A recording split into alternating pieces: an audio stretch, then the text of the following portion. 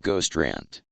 November 19, 2023. Author, Phair. Ghost who doesn't love them.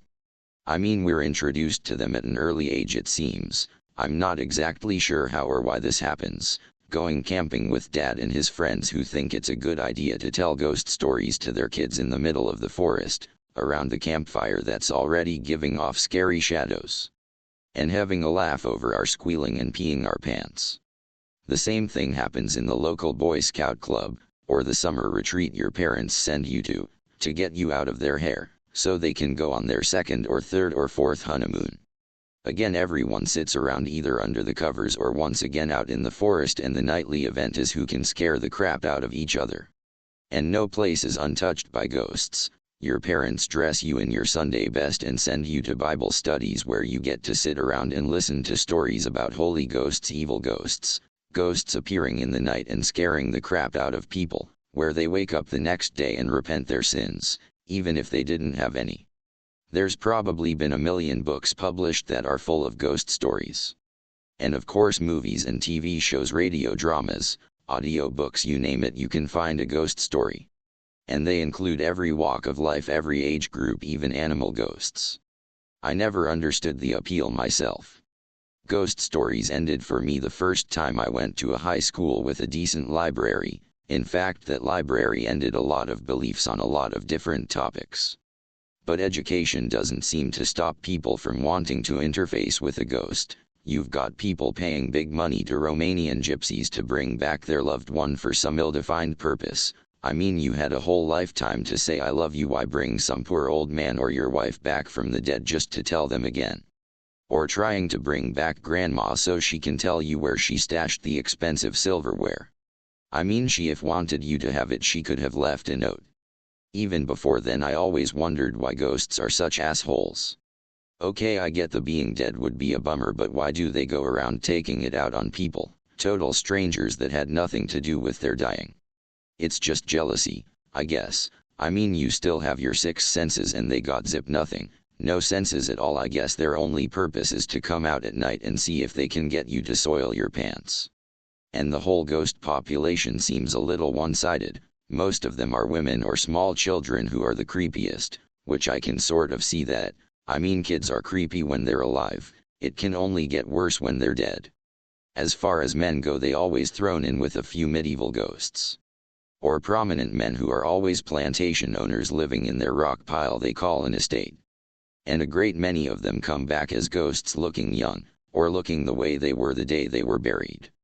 I mean, when's the last time you read a ghost story about some 90-year-old looking ghosts coming at you with its cane in hand or pushing one of those aluminum walkers in front of them? The other end of that are the ghosts that stayed a little too long in their coffins, not able to get out, I guess, for some reason. But when they do, they look horrible, barely any skin hanging on their bones, their clothing has turned to rags, and they don't seem to be able to close their mouths anymore or put their arms down to their sides. Extending your arms in front of you helps you float, I guess. I mean, who would want to come back looking like a Halloween costume? For what reason? Stubbornness. That death be damned, I'm staying put mentality. They can't stand the idea of someone living in their home. I mean, what are they gonna do with it? Their days of sitting around with a bowl of popcorn watching TV or surfing the internet just aren't going to happen. So they scared the hell out of people, so the house dilapidates and gets condemned and ends up torn down. That's some real forward thinking. Yes, that whole movement thing I don't quite understand. I guess when you die you're given the gift of knowledge on how to defy gravity. And a beginner's course in physics so you can learn how to pass through walls and zip around at 100 miles an hour. I mean, how does a ghost with no actual substance to it have the ability to pick up lamps, or flower vases, and of course furniture, and throw them at you? And then there's the bunch that just make weird sounds. They go around people's homes grunting and groaning, whispering, making rustling noises, and a few of them shake chains to make their presence known. Where'd they get the chains? And the real weirdo ghost who like to reenact their death. People who are really into their ghosts even have a name for this, a death echo, and theirs. People that supposedly have seen ghosts hanging by their necks, ghost floating in their bathtubs, falling from the roof of their house, and a number of other gruesome ways of departing. I mean, what did these people do to get stuck in a death time loop? Okay, you got the ghost defenders that say they're just energy that lingers on after you die. Okay, I'll buy into that a little, but energy dissipates and these ghosts seem to have some plug into a supernatural power line that keeps them running like an ever-ready battery for centuries. And let's not forget the whole ghost population thing. Literally millions of people die every year. They either die from old age, accidents, plagues, wars, starvation. The list can be long on the many ways you can depart from the living.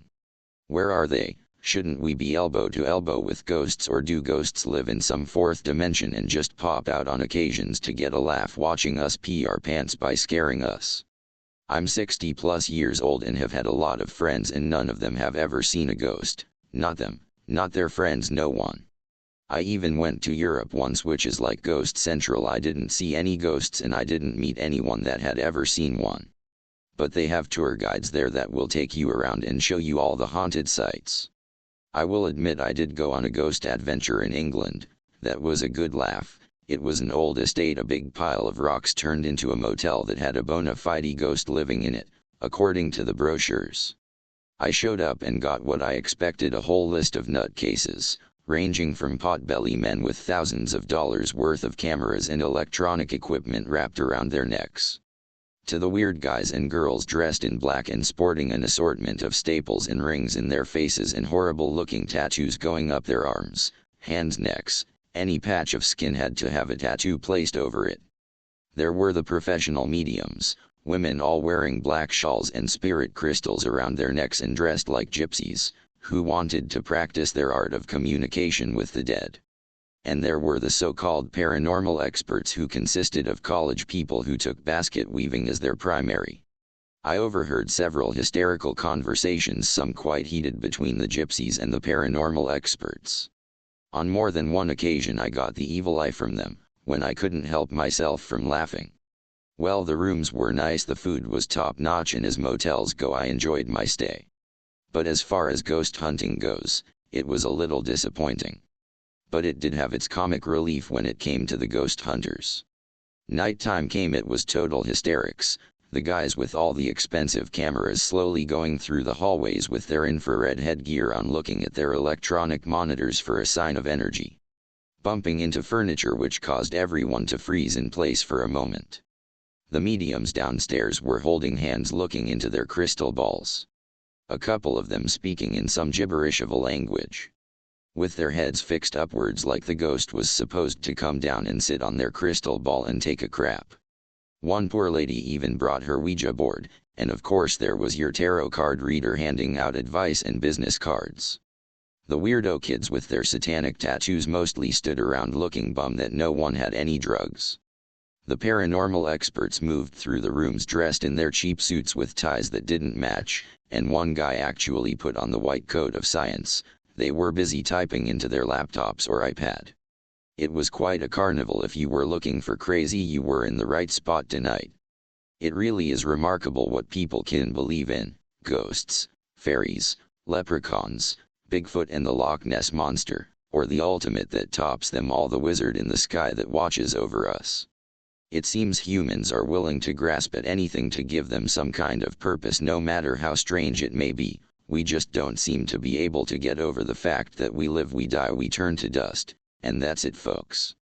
That's it. I better end this ghost rant. I'm sure I've made a few of them mad and they're planning on haunting me for the rest of my life.